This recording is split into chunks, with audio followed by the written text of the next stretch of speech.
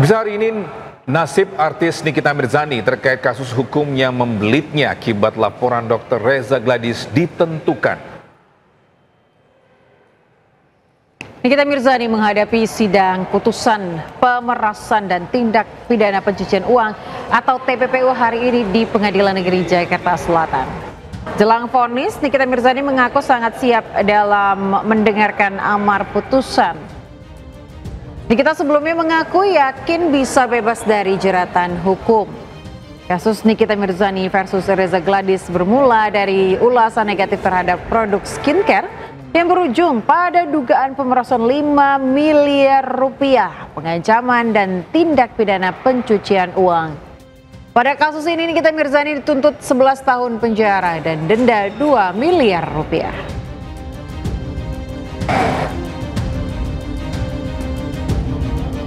Ya, Nikita Mirzani melalui akun Instagram pribadinya menulis surat jelang sidang keputusan hari ini. Isi surat terbuka ditujukan untuk Presiden Republik Indonesia Prabowo Subianto. Nikmir memohon kepada Presiden Prabowo untuk memberikan atensi dan arahan sesuai kewenangan konstitusional guna memastikan tegaknya hukum yang adil, proporsional, dan kemanusiawi.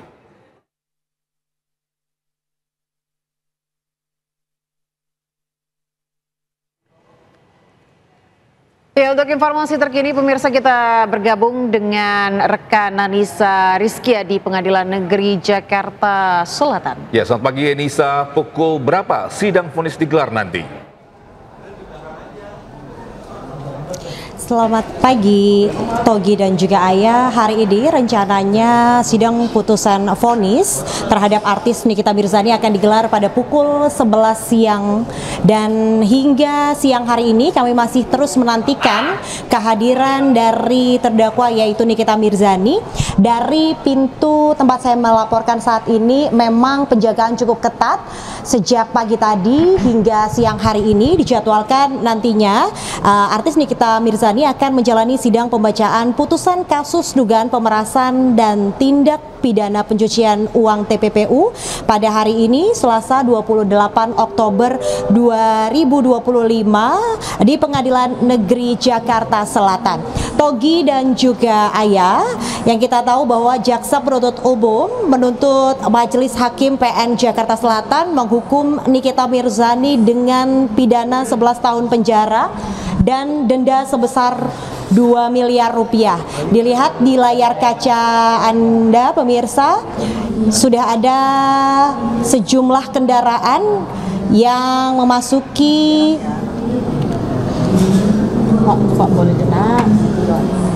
PN Jakarta Selatan. Kami pun juga masih terus menantikan kehadiran terdakwa. Menurut jaksa, berdasarkan fakta yang terungkap di persidangan sebelumnya, Nikita telah terbukti melakukan tindak pidana pemerasan disertai ancaman dan pencucian uang. Dan Nikita disebut telah mendistribusikan informasi serta dokumen elektronik yang memiliki muatan pemerasan dengan ancaman untuk mencemarkan nama baik, sebagaimana diatur dalam pasal 45 ayat 10 Undang-Undang tentang Informasi dan Transaksi Elektronik, pasal 55 ayat 1 KUHP. Dan kali ini kita akan memantau apakah sudah ada tanda-tanda kehadiran dari terdakwa Nikita Mirzani di Pengadilan Negeri Jakarta Selatan. Togi dan juga Ayah, saya kembalikan kepada Anda di studio. Baik, terima kasih Anissa Rizky atas informasinya melaporkan langsung dari PN Jakarta Selatan. Selamat bertugas kembali dan salam sehat. Seorang sopir ambulans di Ciamis, Jawa Barat ini meninggal dunia setelah mengantar jenazah ke rumah duka. Ya, korban yang masih di jok kemudi tiba-tiba terkulai lemas dan tak sadarkan diri.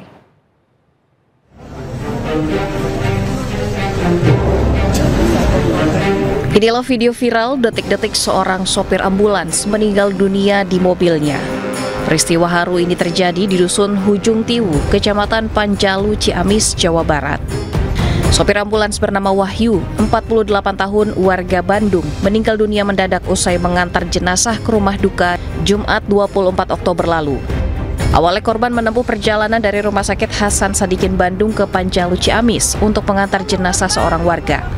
Usai memarkirkan mobilnya, korban yang masih di jok kemudi tiba-tiba terkulai lemas dan jatuh pingsan. Warga yang berada di lokasi sontak panik dan segera memberikan pertolongan. Menurut keluarga, korban diketahui memiliki riwayat sakit sesak nafas yang diduga kambuh akibat kelelahan menempuh perjalanan jauh. Kalau supir ambulan itu jadi kali-kali gitu, kalau ada yang menelpon minta diantarkan ke Panjalu, baru beliau mengantarkannya. Kalau kesehariannya ya kadang servis elektronik gitu. Oh gitu kesehariannya. Yeah. Tapi dia posisinya berada di Bandung berarti? Berada di Bandung ya, di Cibolerang. Pihak keluarga mengikhlaskan kejadian ini yang murni karena faktor kesehatan korban. Dari Ciamis, Jawa Barat, Acep Muslim, iNews melaporkan. Pemirsa, puluhan warga di Kecamatan Batu Nunggal, Kota Bandung menyerbu ATM untuk mencairkan bantuan sosial dari pemerintah. Ya, warga rela mengantri berjam-jam demi menarik uang hingga Rp1.200.000.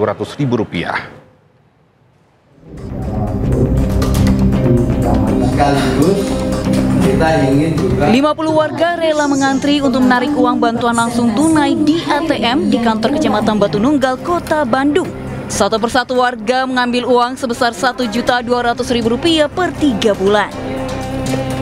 Untuk Kota Bandung ada 70.000 lebih warga yang menerima bansos ini. Warga penerima manfaat mengaku senang mendapatkan bansos pemerintah ini untuk membeli kebutuhan sehari-hari.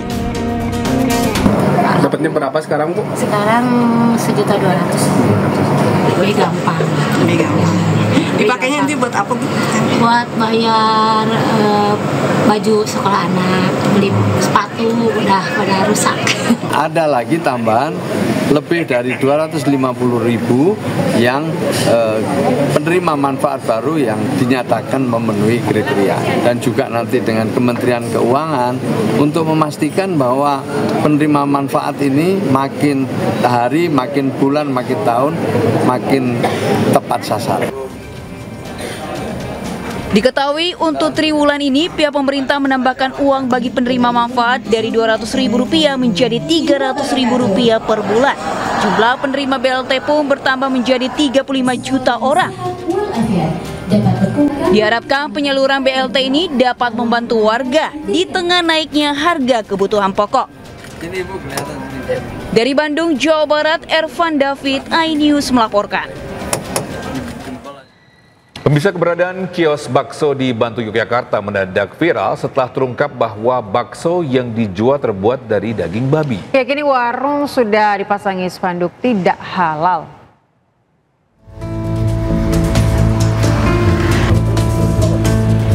Sebuah warung bakso di wilayah Ngesti Harjo, Kecamatan Kasihan, Bantul, Yogyakarta yang bahan bakunya berasal dari daging babi ini kini dipasangi spanduk label non-halal. Menurut warga sekitar, kios babi Pasaido ini sudah berjualan sejak belasan tahun dan diketahui oleh warga setempat. Meski demikian, banyak warga luar yang tidak mengetahui bahwa bakso ini non-halal. Keprihatinan pengurus Dewan Masjid Indonesia Ranting Ngesti Harjo terjadi ketika melewati warung tersebut dan melihat banyak wanita berhijab menikmati bakso di warung itu. Setelah diberikan pemahaman, pedagang bakso mempersilahkan untuk memasang spanduk non-halal. Dulu memang sudah jualan bakso? Sudah laris sekali. Dan ya, tanggapan warga waktu tidak masalah sebenarnya itu. Tidak masalah, warga itu ada yang suka, ada yang beli, ada yang enggak. Yobi atau Pak namanya pembeli. Memang betul ya, kita memasang spanduk ya terkait dengan penjualan bakso babi ya. Di situ ada satu peringatan bagi kita untuk mewartakan kepada seluruh pembeli itu supaya bisa membaca spanduk itu jelas. Karena selama ini sangat miris ya di hati kami, prihatin juga ya. Begitu kita selalu melewati jalan ini, ternyata banyak yang berjilbab itu makan bakso ini gitu. Sehingga kita perlu satu penegasan ya untuk menyampaikan kepada penjual, formatnya adalah spanduk. Pihak DMI menambahkan langkah ini mendapat apresiasi dari warga yang menilai pemasangan spanduk sebagai bentuk kepedulian umat. Sementara itu pedagang bakso mengatakan kiosnya tetap ramai dikunjungi warga, terutama warga non-muslim. Dari Bantul, Yogyakarta, Trisna Purwoko, iNews melaporkan.